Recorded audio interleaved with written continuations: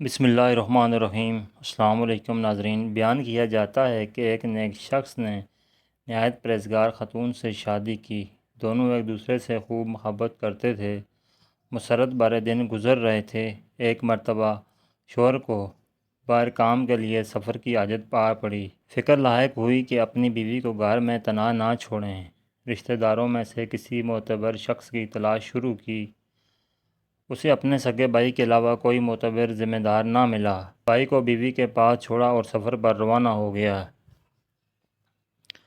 دن گزر گئے۔ ایک روز دیور نے اپنی بھابھی کو غلط کام پر آمادہ کیا، مگر اس پاک باز خاتون نے اسے سختی سے ڈانٹا اور کہا، تم چاہتے ہو کہ میری عزت خراب ہو جائے اور میں بد چلن بن جاؤں؟ ہرگز نہیں۔ دیور نے بھابھی کو رسوا کرنے کے لیے دھمکی دی، مگر بھابھی پر دھمکی کا اثر نہ ہوا۔ عورت نے کہا، تم جو کرنا چاہو کرو، میرے ساتھ میرا رب ہے۔ اس نے خاتون کا شوہر جب سفر سے لوٹا تو اس کے بھائی نے فوراً اپنی بھابھی پر الزام لگا دیا کہ تمہاری بیوی نے مجھے بدکاری پر اکسایا تھا، لیکن میں نے منع کیا۔ شوہر نے بغیر سوچے سمجھے اسی وقت پارسا بیوی کو طلاق دے دی اور کہا، مجھے اپنی بیوی سے کچھ نہیں سننا ہے، میرا بھائی سچا ہے۔ وہ خدا ترس خاتون گھر سے انجان منزل کی طرف نکل پڑی۔ رستے میں ایک عابد کا گھر تھا۔ دروازے پر دستک دی اور اپنی ساری کہانی عابد سے کہہ ڈالی۔ اس عابد گزار بندے نے اپنے چھوٹے بیٹے کی نگہداشت پر اسے مامور کر دیا۔ ایک دن عابد گھر سے کسی کام کے لیے باہر گیا۔ گھر کا نوکر موقع پا کر اس خاتون پر بری نظر ڈالنے لگا، مگر نیک خاتون نے انکار کیا اور کہا، نبی اکرم صلی اللہ علیہ وسلم نے ہم سب کو تنبیہ کی ہے کہ کوئی شخص کسی اجنبی خاتون کے ساتھ خلوت میں ہرگز نہ ہو، اسی لیے کہ اس کا تیسرا شیطان ہوتا ہے۔ نوکر نے خاتون کو دھمکی دی کہ میں تمہیں بڑی مصیبت میں پھنسا دوں گا۔ جب اس واقعے کا عابد کو پتہ چلا تو عابد نے بچے کو قتل کر دیا اور عابد کے گھر لوٹنے پر قتل کا الزام اس خاتون پر عائد کر دیا۔ اس اللہ والے عابد کو غصہ تو بہت آیا، مگر اللہ سے اجر کی امید باندھ کر صبر کر گیا۔ 2 دینار اجرت کے طور پر خاتون کو دیے اور گھر چھوڑنے کا حکم دیا۔ اللہ تعالیٰ فرماتا ہے کہ غصہ پی جانے والوں اور رفو درگزر کرنے والوں کو پسند کرتا ہے۔ عابد کا گھر چھوڑا، شہر کی طرف رخ کیا۔ ایک آدمی دوسرے شخص کو پیٹے جا رہا تھا۔ اس نے پوچھا، تم لوگ اسے کیوں مار رہے ہو؟ ایک آدمی نے بتایا کہ اس کے ذمہ قرض ہے، یا تو قرض ادا کریں یا ہماری غلامی کریں۔ خاتون نے پوچھا، اس پر کتنا قرض ہے؟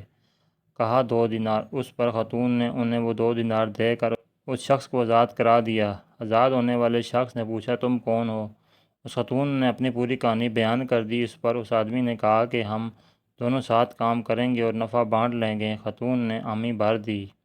اس آدمی نے کہا کہ ہم یہ گندی بستی چھوڑ کر سمندری سفر پر نکلتے ہیں۔ خاتون نے کہا، ٹھیک ہے۔ دونوں کشتی کے پاس پہنچے۔ نوجوان نے کہا کہ پہلے تم کشتی میں سوار ہو۔ وہ سوار ہو گئی اور شخص کشتی کے مالک کے پاس گیا اور کہا، یہ میری لونڈی ہے، میں اسے فروخت کرنا چاہتا ہوں۔ چنانچہ کشتی کے مالک نے پیسے دیے اور خاتون کو اس کی لالمی میں اسے خرید لیا۔ وہ شخص پیسے لے کر بھاگ نکلا۔ کشتی روانہ ہوئی۔ خاتون اس شخص کو ڈھونڈنے لگی، مگر نہیں پایا۔ کشتی کے عملے نے اسے گھیر لیا اور اسے چھیڑ چھاڑ کرنے لگے۔ خاتون کو تعجب ہوا۔ اس پر کشتی کے کپتان نے بتایا کہ میں نے تمہیں تمہارے مالک سے خرید لیا ہے اور اب تم وہ سب کرو گے جس کا حکم دیا جائے۔ اس نے نرم لہجے میں کہا، مجھے چھوڑ دو۔ یہ کہنا ہی تھا کہ سمندر میں آندھی اور طوفان آیا۔ کشتی ڈوب گئی۔ جہاز کا عملہ اور سارے مسافر ڈوب گئے، لیکن وہ خاتون بچ گئی۔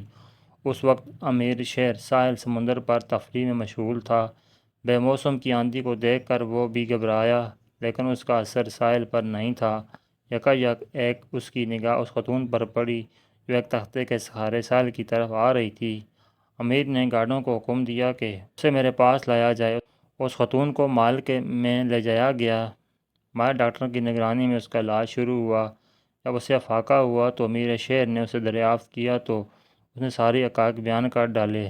دیور کی خیانت سے لے کر کشتی والوں کی شرارت تک سارا واقعہ بیان کیا۔ حاکم شہر نے شریف عورت سے شادی کر لی۔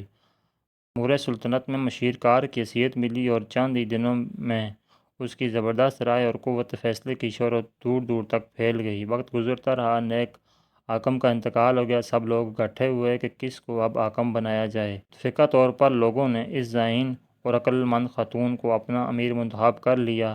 حاکم بنتے ہی اس خاتون نے ایک وسیع میدان میں کرسی لگانے کا اور شہر کے تمام مردوں کو حاضر ہونے کا حکم دیا۔ تمام مرد حضرات اس کے سامنے سے گزرنے لگے۔ اس نے اپنے سابقہ شوہر کو دیکھا اور کنارے پر ہو جانے کا اشارہ کیا، پھر اس کے بھائی کو کنارے ہونے کا حکم دیا، عابد کو بھی ایک کنارے کیا، پھر اس نے عابد کے نوکر کو دیکھا، اسے بھی مجمع میں الگ کھڑا ہونے کا حکم دیا، پھر اس خبیث شخص کو دیکھا جسے خاتون نے آزاد کرایا تھا، اسے بھی کنارے کھڑے ہونے کا حکم دیا۔ اب باری باری فیصلہ کرنے لگی۔ سب سے پہلے سابقہ شوہر سے مخاطب ہوئی، تم کو تمہارے بھائی نے دھوکے میں رکھا، اس لیے بری ہو، لیکن تمہارے بھائی کو سزا لگائی جائے گی، اس لیے کہ مجھ پر جھوٹی تہمت لگائی تھی۔ پھر عابد سے مخاطب ہوئی اور کہا کہ تم کو تمہارے خادم کے گمراہ کیا، لہذا تم بھی بری ہو، لیکن تمہارے خادم قصاصاً قتل کیا جائے گا، لیکن اس نے تمہارے بچے کو قتل کیا تھا۔ پھر وہ مخاطب ہوئی، تمہیں سزا دی جائے گی، تمہاری خیانت اور ایسی عورت کو فروخت کر دینے کے جرم میں جس نے تجھے غلامی سے نجات دلائی تھی۔ اللہ کی ذات پاک ہے، کسی اچھے عمل کو ضائع ہونے نہیں دیتا۔ فرماتا ہے کہ جو اللہ سے تقوی اختیار کرتا ہے، اللہ اس کے لیے ایسے راستے ہموار کر دیتا ہے اور ایسی جگہ سے رزق عطا کرتا ہے جس کا اسے گمان نہیں ہوتا۔ دیکھیے آپ نے کہ کس طرح اللہ تعالیٰ کے قرب و بلا میں گرفتار خاتون کی مدد کی۔ تقوی مومن کا شعار ہے، یہ شعار ہمیشہ باقی رہنا چاہیے، اس لیے اللہ تعالیٰ تقوی ہی کی وجہ سے سخت حالات کو موافق و سازگار بنا دیتا ہے۔ ناظرین کرام، ویڈیو اچھی لگے تو لائک کیجیے، اچھی ویڈیوز کے لیے چینل کو سبسکرائب کیجیے۔ ویڈیو دیکھنے کا شکریہ، جزاکم اللہ خیر۔